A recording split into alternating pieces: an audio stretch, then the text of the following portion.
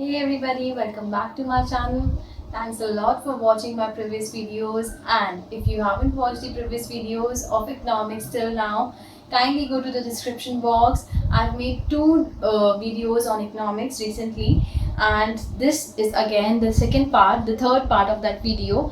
It is the continuation. So if in case you have not watched the previous videos, you must go refer to those videos so that this concept is clear to you. Okay so मैंने अपनी previous video में आपको बताया था कि law of demand क्या होता है. Everything about law of demand has been thoroughly described in the previous video. If you haven't referred, I'm asking you again to go to the description box and check out the link given over there and refer to the previous video. For now, we are going to look towards the assumptions to the law of demand. अब जब law of demand हम लोग apply करते हैं demand के ऊपर कोई भी लॉ, तो उसके कुछ अजम्पशंस भी होते हैं. Assumptions in the sense, assumptions वो चीज़ें होती हैं जो हम इस लॉ को जब अप्लाई कर रहे हैं तो हमें ध्यान में रखनी है, यानी कि अज्यूम करनी है पहले से ही.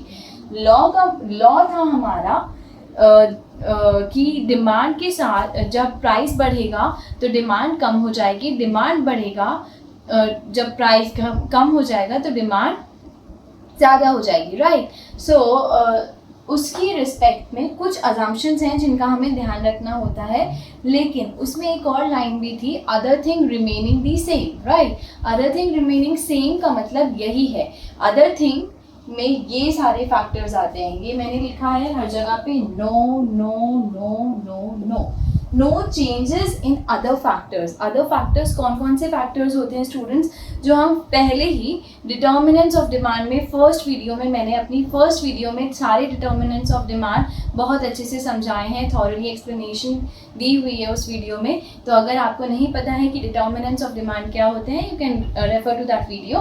And for now, no change in level of distribution of income. तो level of distribution of income क्या होता है हमारा, that is a determinant of demand, right.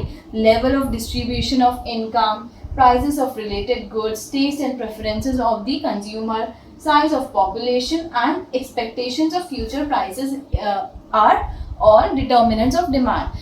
तो मैंने उनके आगे लिख दिया है नो चेंज, ठीक है. नो चेंज यानी कि हमें ये अज्यूम करना है कि इन सभी फैक्टर्स के अंदर कोई भी चेंजेस नहीं आएंगे जब हम अपने लॉ ऑफ डिमांड को अप्लाई कर रहे हैं. यानी कि हमारा law of demand in determinants के ऊपर अप्लाइड नहीं होता है, इसके ऊपर कोई चेंज नहीं आता है जब हम लॉ ऑफ डिमांड को अप्लाई कर रहे हैं. That means law of demand simply says कि डिमांड तभी बढ़ेगी जब प्राइस कम होगा, राइट. डिमांड तभी बढ़ेगी जब प्राइस कम होगा, और अगर प्राइस बढ़ गया है किसी चीज़ का तो डिमांड उस चीज़ की कम हो जाएगी, राइट. ये ही हमारा लॉ ऑफ डिमांड है, यही कहते हैं हमारा लॉ ऑफ डिमांड. तो लॉ ऑफ डिमांड में हमने एक बहुत इंपॉर्टेंट बात पढ़ी थी, other things remaining the same. तो ये जो अदर थिंग्स हैं वो यही सारी चीज़ें हैं students. Level of distribution of income, prices of related goods, taste and preferences of the consumer, expectations of future prices and size of population. ये सारे हमारे इकोनॉमिक्स में डिमांड के डिटर्मिनेंट्स भी होते हैं. इनको हम डिमांड के डिटर्मिनेंट्स की तरह जानते हैं, हम इनको हम फैक्टर्स ऑफ डिमांड की तरह जानते हैं, और यहाँ पे हम इनको अजम्पशंस में इसलिए पढ़ रहे हैं क्योंकि इनके अंदर कोई भी चेंज नहीं है. Okay, when we are applying the law of demand basically says when the price of a commodity increases the demand for the same commodity would decrease, and when the price of that very commodity decreases, the demand for it increases, and other things are remaining same. Okay, those other things are these only. Okay, so I hope मेरी इस वाली video में आपको सभी assumptions to the law of demand clear हो जाएंगे. Now अब हम अपने नेक्स्ट टॉपिक को स्टार्ट करेंगे. ओके,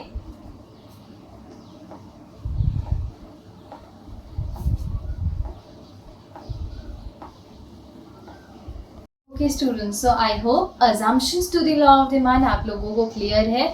लेकिन मैं इससे पहले कि exceptions to the law of demand हमारे नेक्स्ट टॉपिक पे आओ, मैं उसकी आपको इम्पोर्टेंस बता देती हूँ। ये जो टॉपिक है that is very much important with respect to the board exams, exceptions to the law of demand. लेकिन exceptions to the law of demand और assumptions to the law of demand में हमें कंफ्यूज बिल्कुल नहीं होना है। Assumptions to the law of demand क्या कहते हैं? Assumptions to the law of demand are very simple. वो ये कहते हैं कि डिमांड के जितने भी डिटर्मिनेंट्स हैं हमें उनका ख्याल नहीं रखना है when we are talking about law of demand. We just have to keep in mind the price and the demand relationship. Okay, we do not need to refer to the income, to the substitute goods, to any other thing that surrounds demand. We just have to look towards price and demand relationship, and other thing will remain constant, other thing will remain similar. Okay, so I hope कि वो वाला topic आपको बहुत अच्छे से clear हो चुका होगा। अभी हम जा रहे हैं exceptions to the law of demand, which is a really very important topic. Okay, इसको आप अपनी नोटबुक, अपनी बुक, अपने नोट्स जहाँ पे भी आपको टिक मार्क करना है, इसको वेरी इंपॉर्टेंट टॉपिक मार्क कर लीजिए, क्योंकि ये एक बहुत इंपॉर्टेंट टॉपिक है and it also holds good marks. तो अगर आपको ये बेसिक्स पता है तो आप इस क्वेश्चन को बहुत अच्छे से अटेम्प्ट कर पाओगे। तो exceptions to the law of demand, word exception से हम क्या समझते हैं? एक्सेप्शन का मतलब है कुछ ऐसे केसेस जहाँ पे लॉ ऑफ डिमांड अप्लाई नहीं होता है। एक्सेप्शन ये एक एक्सेप्शनल केस है, यानी कि ये एक ऐसा केस है जहाँ पे एक एक्सेप्शन अकर हो गई है, यहाँ पे ये लॉ ऑफ डिमांड वर्क नहीं करेगा। ओके, तो लेट्स चेक आउट कहाँ कहाँ पे लॉ ऑफ डिमांड वर्क नहीं करता है। द फर्स्ट थिंग इज गिवन गुड्स। गिवन गुड्स क्या होते हैं स्टूडेंट्स? गिवन goods are very very important part of economics when we are reading about the demand. गिवन गुड्स वो इंफीरियर गुड्स होते हैं, these are those inferior goods. Inferior goods को मैं IG लिख देती हूँ यहाँ पे।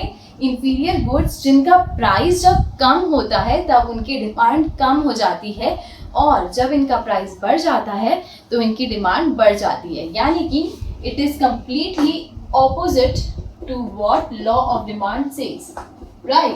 हमारा LOD यानी कि लॉ ऑफ डिमांड कहता है कि जब किसी चीज़ का प्राइस बढ़ता है तो उसकी डिमांड कम हो जाती है, और जब उसका प्राइस कम हो जाता है तो उसकी डिमांड बढ़ जाती है। लेकिन यहाँ पे एक ट्विस्ट आ गया। यहाँ पे इंफीरियर गुड्स वो गुड्स हैं जिनका प्राइस बढ़ने के साथ डिमांड बढ़ रही है और प्राइस कम होने के साथ डिमांड कम हो रही है। तो ये कौन से गुड्स हैं? Let's check out. ये गुड्स हैं जैसे कि ग्रेन्स लाइक बाजरा। ओके, ये एक ऐसी ग्रेन है जो कुछ ही पीपल हैं, कुछ ही पॉपुलेशन है हमारी कंट्री की जो इस चीज़ को खरीदेगी फॉर फूड पर्पसेस, राइट? बाजरा जैसी ग्रेन्स को आजकल हम लोग नहीं इतना खाते हैं। We always go for wheat and rice.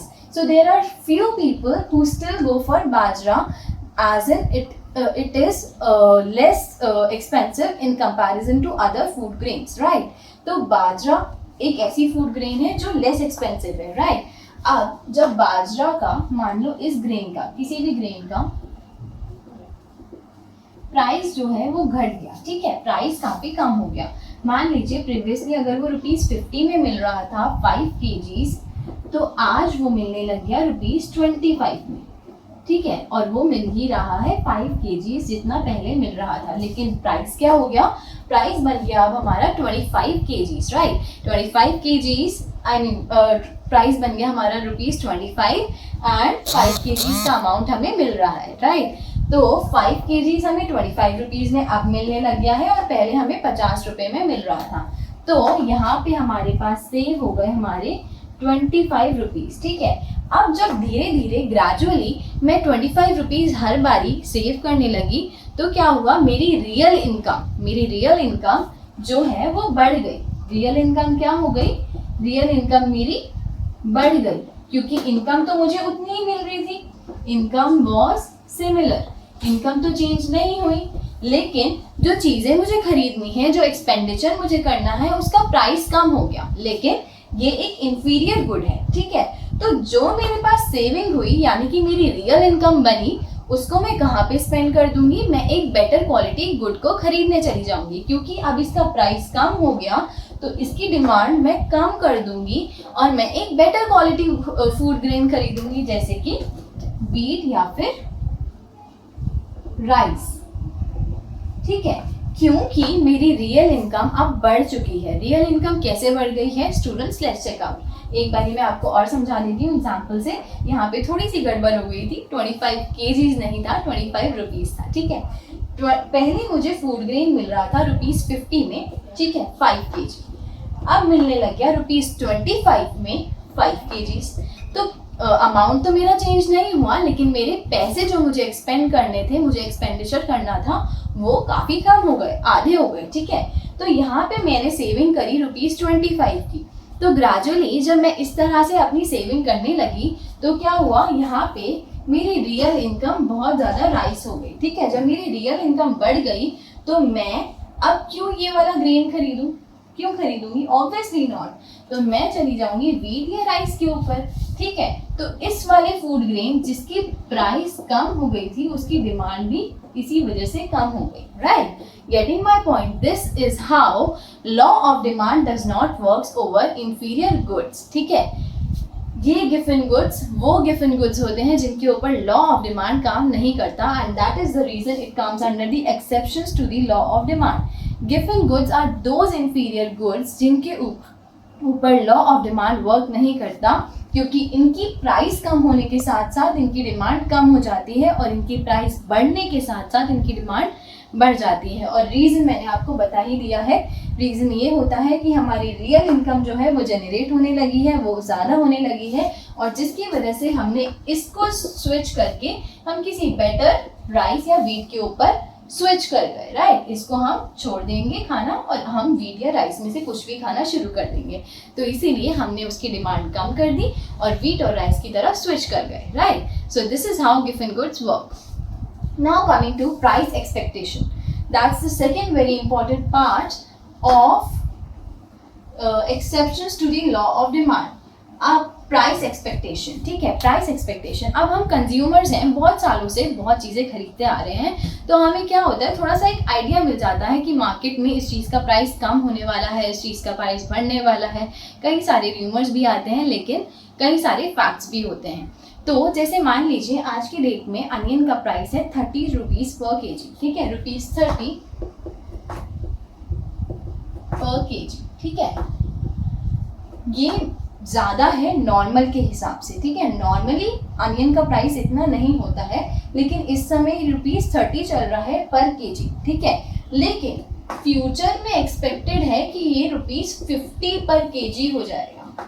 Future में एक्सपेक्टेड है कि ये प्राइस बढ़ के ₹50 पर केजी हो जाएगा। तो ₹50 होने का हम वेट तो नहीं करेंगे, हम ₹30 में ही ज़्यादा से ज़्यादा अनियन खरीद के अपने पास रख लेंगे, क्योंकि हमें पहले से ये अंदाज़ा है, पहले से हमारी एक्सपेक्टेशन है कि ये प्राइस बढ़ने ही वाला है, ठीक है। तो हम उसके बढ़ने का वेट नहीं करेंगे, हम ₹30 जो हमें थोड़ा सा ज़्यादा लग रहा है प्राइस, लेकिन इस ज़्यादा प्राइस के होने के बावजूद हम इसको यहाँ पे खरीद लेंगे, क्योंकि हम ₹50 के होने का इंतज़ार नहीं करने वाले हैं, नहीं तो हम ₹20 और के लॉस में चले जाएंगे। यानी कि ₹50 पे अगर हम खरीदेंगे तो हमें ₹20 का लॉस और झेलना पड़ जाएगा। इससे बेटर है कि अभी के ज़्यादा प्राइस में उस कमोडिटी को हम खरीद लें। Getting my point. देखो यहाँ पे अभी हमारे पास अनियन जो है वो ₹30 में मिल रहे हैं, लेकिन नॉर्मली उसका प्राइस कितना होता है, ₹15 या ₹20। हमें अभी ये प्राइस ज़्यादा लग रहा है, लेकिन फ्यूचर में, आने वाले फ्यूचर टाइम में हमें ये एक्सपेक्टेड है कि ₹50 के प्याज होने वाले हैं। ₹50 में प्याज मिलेंगे पर केजी। तो क्या हम ₹50 पर केजी प्याज खरीदने का वेट करेंगे, या फिर हम ₹30 जो हमें थोड़ा सा ज़्यादा लग रहा है उसमें खरीद लेंगे? ऑब्वियसली हम ₹30 में उस चीज़ को खरीद लेंगे, चाहे वो अनियन है या फिर कोई और कमोडिटी है। तो अब हम ₹50 होने का वेट नहीं करेंगे, तो हम even at the higher prices हम इस कमोडिटी को खरीद रहे हैं, because it is expected that the price of the commodity is going to go very high in future. So even though यहाँ पे प्राइस थोड़ा ज़्यादा है लेकिन हम यहाँ पे इस चीज़ को खरीद रहे हैं, तो यहाँ पे लॉ ऑफ डिमांड कॉन्ट्रडिक्ट हो गया। लॉ ऑफ डिमांड क्या हो गया, यहाँ पे कॉन्ट्रडिक्ट हो गया। यहाँ पे हम लॉ ऑफ डिमांड को अप्लाई नहीं कर सकते, क्यों नहीं कर सकते, क्योंकि लॉ ऑफ डिमांड हमारा कहता है कि जब प्राइस किसी चीज़ का बढ़ गया है तो डिमांड तो उस चीज़ की कम हो गई, लेकिन यहाँ पे प्राइस बढ़ा हुआ है लेकिन डिमांड भी बढ़ रही है साथ साथ। क्यों बढ़ रही है, क्योंकि फ्यूचर में उस कमोडिटी का प्राइस और ज़्यादा राइज होने वाला है। दैट्स द रीज़न अभी हम उसकी डिमांड बढ़ा रहे हैं और उसको इसी कंसिस्टेंट प्राइस पे खरीद रहे हैं। Getting my point? So law of demand यहाँ पे कॉन्ट्रडिक्ट हो गया। So I hope the second point is very much clear to you. Now coming to the third very important point, and it's a very important point. ये short question answers में भी कई बारी पूछा जा चुका है। ओके, सो स्टूडेंट्स, वैसे तो मैं साथ साथ आपको इम्पोर्टेंट बताते हुए चल रही हूँ, लेकिन होपफुली इस चैप्टर की एंडिंग में मैं आपको ईयर वाइज क्वेश्चंस जितने भी आए हुए हैं हमारे प्रीवियस ईयर क्वेश्चंस, उनकी सारी सोल्यूशन के साथ आपको क्वेश्चंस बताऊंगी और उनका ईयर भी बताऊंगी, so that you can prepare for your board exams and get good marks. Okay, so articles of snob appeal. Articles of snob appeal क्या होते हैं? सो आपने सुना है डायमंड का प्राइस बढ़ गया, डायमंड का प्राइस बढ़ गया, लेकिन प्राइस बढ़ने के साथ साथ इसकी डिमांड भी बढ़ गई। ऐसा भी होता है? यस, डायमंड का जितना ज़्यादा प्राइस होता है उसकी प्रेस्टीज उतनी ज़्यादा बढ़ जाती है। तो ये आर्टिकल्स ऑफ स्नॉब अपील जो आर्टिकल्स होते हैं, ये वो आर्टिकल्स हैं जो हमारी प्रेस्टीज या हमारे स्टेटस को शो करते हैं। यानी कि मैंने कोई एक रिंग ली, उसकी प्राइस जितनी ज़्यादा है उस रिंग की डिमांड उतनी ही ज़्यादा होगी उस मार्केट में। क्योंकि लेकिन एक इसमें कंडीशन होती है कि ये रिंग डायमंड की होनी चाहिए, ठीक है। तो diamond is the not only but yes it is an article जिसके प्राइस बढ़ने के साथ साथ उसकी डिमांड बढ़ जाएगी, राइट। तो ये भी कॉन्ट्रडिक्शन है हमारे लॉ ऑफ डिमांड का। ये वाला क्वेश्चन कई बार एग्जाम में देखा गया है, may be in exceptions to the law of demand और might be in articles of snob appeal directly पूछा जाता है in short question answers, what do you understand by articles of snob appeal.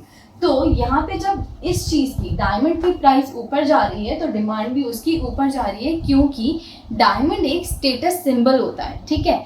Diamond हमारा status symbol होता है। ये वाला जो लॉ है, ये जो आर्टिकल्स ऑफ स्नॉब अपील है, ये सिर्फ उन चीज़ों पे अप्लाई होता है जो कि एक स्टेटस का सिंबल बने हों।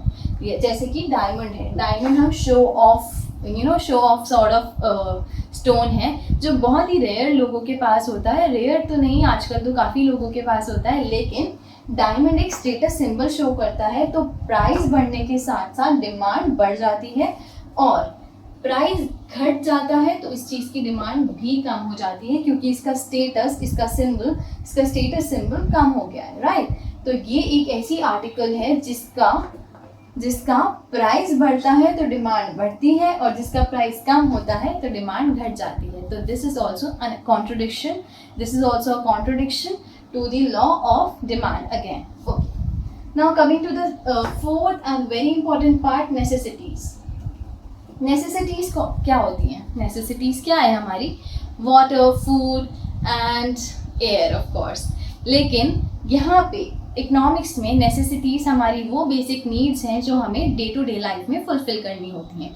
तो डे टू डे लाइफ में अगर फूड है, मान लीजिए फूड आता है, तो फूड का प्राइस चाहे बढ़े चाहे कम हो जाए, हमें फूड खाना है, हमें ज़िंदा रहना है तो हमें फूड खाना पड़ेगा, राइट। तो खाना है तो खरीदना भी पड़ेगा, whether the price is more और लेस, हमें वो चीज़ खरीदनी पड़ती है, ये कमोडिटीज़ हमें खरीदनी पड़ती हैं। तो इसमें हम प्राइस को नहीं देखते हैं, हमें ये चीज़ चाहिए तो चाहिए, these are are necessities. So that's the reason necessities भी हमारी लॉ ऑफ डिमांड को कवर नहीं कर सकती। अगर फूड आइटम्स का प्राइस बढ़ जाता है तो लोग मरेंगे तो नहीं, ऑब्वियसली उस बढ़े हुए प्राइस पे लोग उस चीज़ को खरीदेंगे, राइट, उस कमोडिटी को खरीदेंगे।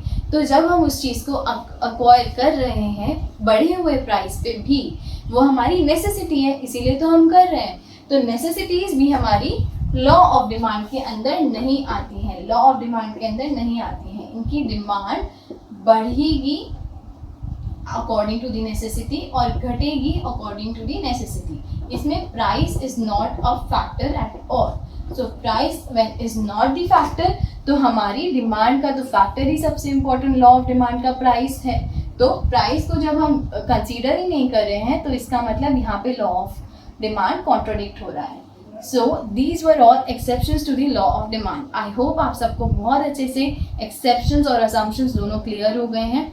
इन केस आप मुझे किसी भी टॉपिक पे मेरी एक्सप्लेनेशन चाहते हो, you want me to explain any of the topic with respect to economics, you can always give that topic in comment box and I'll be ready with the video. For now, this was all for today. I hope exceptions आपको clear हैं, and let me tell you again, it is a very important part with respect to board exams, so kindly refer to the previous videos as well and do thoroughly take this video very seriously, because this is a very important part of economics and board exams as well.